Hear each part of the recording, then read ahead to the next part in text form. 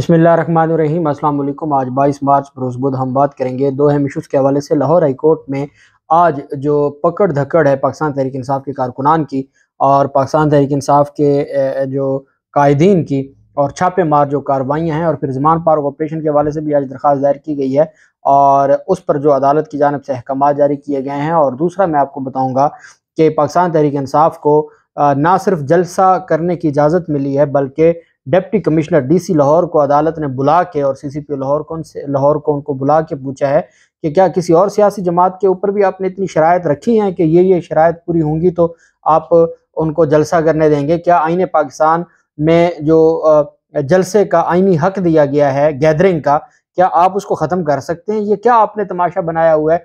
क्या सिर्फ एक सियासी जमात के लिए ये सारा कुछ है या बाकी सियासी जमातों के खिलाफ भी आप ऐसा ही बर्ताव रखते हैं? बहुत खूबसूरत जस्टिस राहील कामरान साहब ने आज उसके ऊपर समाअत भी की और फैसला भी दिया और फैसला अब जारी कर दिया गया है। पाकिस्तान तहरीक इंसाफ को बड़ा रिलीफ मिला है, उसकी तफसील भी मैं आपके साथ शेयर करूंगा।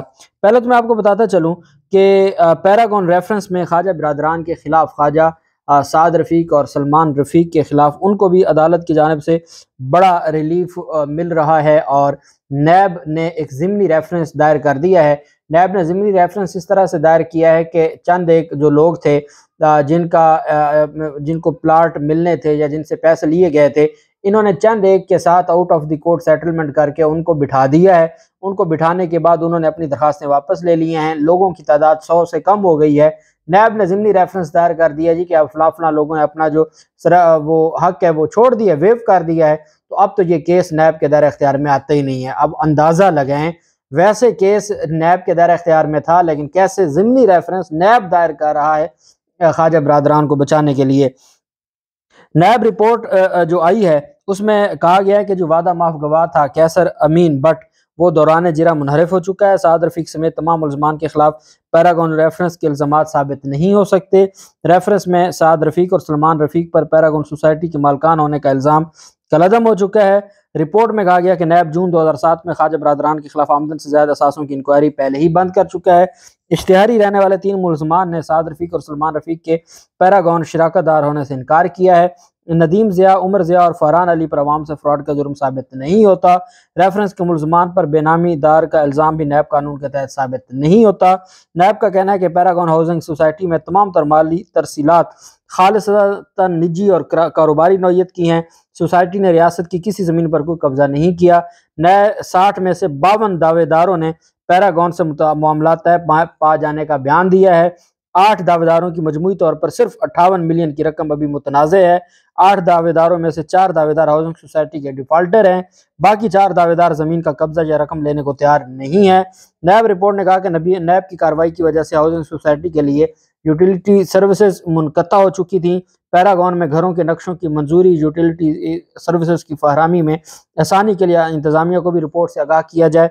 नैब के ज़िमनी रेफरेंस के बाद अदालत ने दायरे इख्तियार पर जो है वो बहस के लिए 29 मार्च के लिए वकला को तलब कर लिया।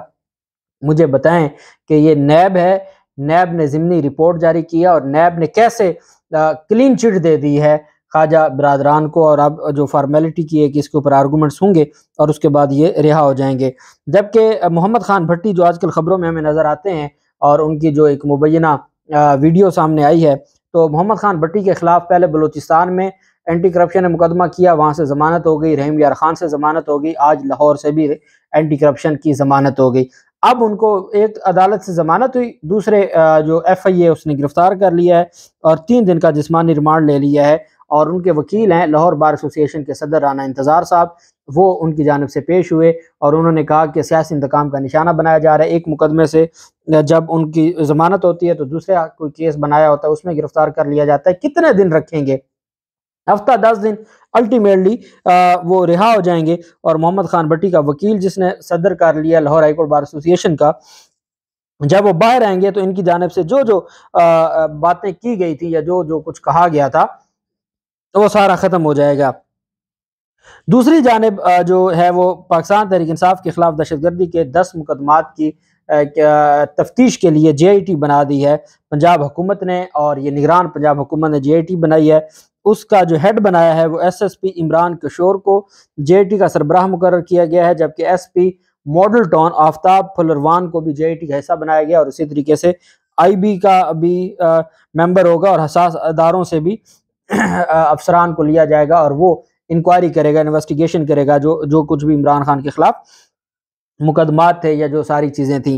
जबकि दूसरी जानिब जो है वो एक इमरान खान की दरख्वास्त थी और उसमें ये कहा गया था कि नैब और एंटी करप्शन और FIA और इस्लामाबाद और पंजाब पुलिस के जी मुकदमात की तफसीलात दी जाएँ। मुकदमात की रिपोर्ट अदालत में जमा हो गई है। लाहौर हाई कोर्ट में तारिक सलीम शेख साहब ने इमरान खान की मुकदमात की तफसीलात के हवाले से दायर दरख्वास्त पर समाअत की। एडिशनल एडवोकेट जनरल पंजाब गुलाम सरवर और असिस्टेंट एडवोकेट जनरल ने रिपोर्ट्स अदालत में जमा करवा दी। पंजाब और इस्लामाबाद पुलिस की जानिब से इमरान खान और PTI कायदीन व कारकुनान के खिलाफ टोटल 127 मुकदमात हैं। इमरान खान 34 केसेस में नामजद हैं, जबकि इमरान खान के खिलाफ FIA में भी एक केस है। पंजाब हुकूमत ने हलफनामे के साथ केसेस की तफसीलात जमा करवा दी। फवाद चौधरी ने सरकारी वकील से हलफनामे का पूछा तो फाजल जज ने टोक दिया। तारिक सलीम ने फवाद चौधरी को कहा कि यह सवाल अदालत ने पूछना है और अदालत देख लेगी। वफाकी हुकूमत के वकील ने 43 जबकि पंजाब हुकूमत के वकील ने 84 केसेस की फहरिस्त फराहम की।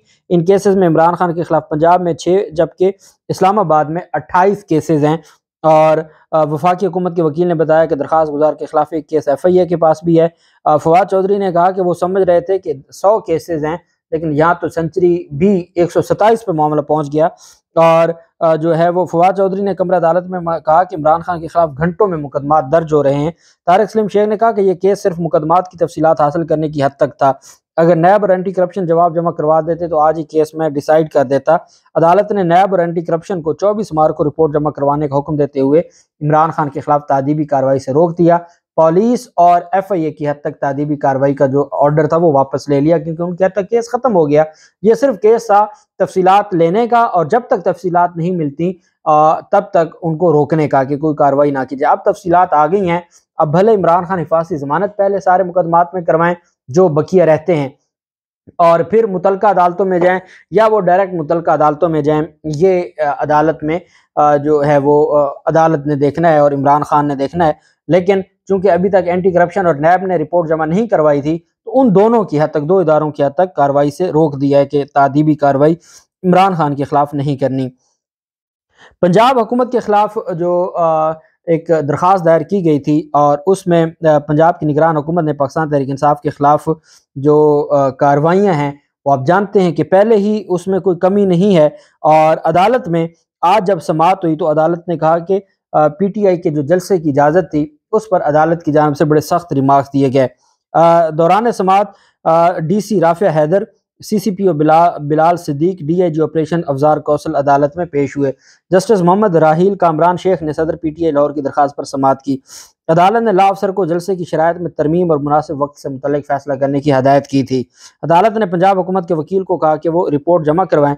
जस्टिस राहील ने कहा कि पुलिस के खिलाफ जो कार्रवाइयाँ करेगा पुलिस को उसके खिलाफ उस हद तक तो कार्रवाई का हक है, लेकिन ये नहीं है कि पुलिस गैर कानूनी काम करे। अदालत ने CCPO से इस्तफसार किया कि आपने PTI के लीडर्स या कारकुनान के खिलाफ कोई लिस्ट भी बनाई हुई है। CCPO ने कहा जिन्होंने पुलिस के खिलाफ कार्रवाइयाँ की, जलाओ घिराव किया, तशद्दुद किया, तो उनके खिलाफ मुकदमात दर्ज हैं और किसी के खिलाफ हमने कोई लिस्ट नहीं बनाई। एडिशनल एडवोकेट जनरल ने कहा कि वकील ने अदालत को बताया कि अदालती हुक्म पर DC ने PTI की दरख्वास्त पर कानून के मुताबिक फैसला करना है। एडिशनल एडवोकेट जनरल ने कहा कि DC ने 26 मार्च को मीनार पाकिस्तान पर जलसे की इजाज़त के NOC दिया। दरख्वास्त गुजार के वकील ने कहा अदालत को बताया कि हमसे कोई रब्ता नहीं किया गया, किसी मीटिंग में नहीं बुलाया गया और ख़ुद ही इन्होंने अपनी मर्जी की शराइत रख दी हैं। और अब पंजाब हुकूमत के वकील ने अदालत को बताया कि PTI के वर्करों ने पुलिस पर हमले किए, सरकारी गाड़ियाँ चलाईं। जस्टिस राहील ने कहा कानून सबके लिए एक होना चाहिए, चाहे वो PTI का हो या वो नून लीग का हो। पंजाब हुकूमत के वकील ने कहा जलसे के शुरका के तहफ़्फ़ुज़ के लिए इंतजाम करना हमारी जिम्मेदारी है। जस्टिस राहील कामरान शेख ने कहा कि आपने जिन शराइत से आपने इख्तलाफ था, आपने जो शराइत पाकिस्तान तहरीक इंसाफ पर लगा दी हैं, ये कुछ शराइत हैं, इस तरीके से आप कैसे उनको जलसा करने देंगे? ये तो जलसा ना हुआ। इस तरीके से तो आप उनको किसी भी सूरत में आप यही चाहते हैं कि जलसा ना हो, इतनी आपने सख्त शराइत आयद कर दी हैं। आपको इन शराइत में तरमीम करनी होगी और जो मुनासिब शराइत हैं, जो कानून के मुताबिक हों, सिर्फ वही हो सकता है, इससे ज़्यादा नहीं हो सकता। अदालत ने डिप्टी कमिश्नर से मुकालमा करते हुए जज ने कहा कि आप कोई गैर कानूनी शराइत आयद नहीं कर सकती। जलसा करना बुनियादी आईनी हक है, वो शराइत होंगी जो कानून के मुताबिक होंगी। पब्लिक ऑर्डर को बरकरार रखना है तो सबके लिए एक जैसा कानून होना चाहिए। बहरहाल उन्होंने कहा कि कल तक तो आपने जलसे की इजाज़त नहीं दी थी, क्या जो शराइत PTI के लिए हैं वो दीगर सियासी जमातों पर भी आप लागू करेंगी? डिप्टी कमिश्नर ने अदालत में कहा कि जलसे की इजाज़त के लिए डिप्टी कमिश्नर या CCPO के अलावा भी स्टेक होल्डर्स होते हैं। तो अदालत ने कहा कि जो चीज़ें हैं वो हम कानून के मुताबिक देख लेंगे, आप पहले जो है वो शराइत अपनी तरमीम करें। तरमीम की हदायत कर दी, उसके बाद वो तरमीम करके ले आए और अब तरमीम के बाद पाकिस्तान तहरीक इंसाफ को 25 मार्च रात 9 बजे जो है वो जलसा शुरू होगा और 26 मार्च दिन दोपहर 3 बजे तक जलसे का टाइम है। और जो जलसा शुरू होने से 48 घंटे पहले मीनार पाकिस्तान हैंड ओवर कर दिया जाएगा इंतज़ामिया के, ताकि वो वहाँ पर अपने जो इंतजामात हैं वो कर सकें। और ये अदालत ने ऑर्डर जारी कर दिया है, सिक्योरिटी का हुक्म दिया गया है। पहले पुलिस कहती थी कि हम सिर्फ सिक्योरिटी देंगे इमरान खान को, लेकिन अब अदालत ने कहा पूरे पंडाल को आपने सिक्योरिटी देनी है। उन्होंने कहा जी कि PTI के वर्करों ने हमारे खिलाफ ये किया वो किया। अदालत ने कहा जिसने आपको कुछ कहा है आप उसके खिलाफ कानूनी कार्रवाई कर सकते हैं, लेकिन जिम्मेदारी आपकी है आवाम को सिक्योरिटी देना, आपको सिक्योरिटी देनी पड़ेगी। और अदालत ने केस डिस्पोज ऑफ कर दिया। दूसरी जानिब PTI कारकुनान को हरासा करने और घरों पर छापों के खिलाफ दरखास्त पर समाअत हुई। लाहौर हाई कोर्ट ने हुक्म दिया सरकारी वकील को कि पुलिस और IG पंजाब से हदायत लेकर अदालत में पेश हों। अदालत ने कहा लिस्ट बनाने से पहले यह देखा गया कि क्या मौजूदा अफराद के खिलाफ पहले भी कोई मुकदमा था या नहीं था, या ऐसे ही उठाए जा रहे हैं। सरकारी वकील ने कहा इस नौयत का केस तारिक सलीम शेख के पास मौजूद है, ये केस भी आप उनको भेज दें। CCP लाहौर ने PTI कारकुनान की जारी की गई लिस्ट से इजहार लातल्की की और कहा कि हमने कोई लिस्ट तैयार नहीं की और ना ही कोई जारी की। PTI कारकुनान ने हमारी 2 राइफल्स छीनी हैं, गाड़ी को नहर में फेंका गया है, बहुत से नामालूम अफराद नामजद हैं, जैसे जैसे शिनाख्त हो रही है कार्रवाई कर रहे हैं।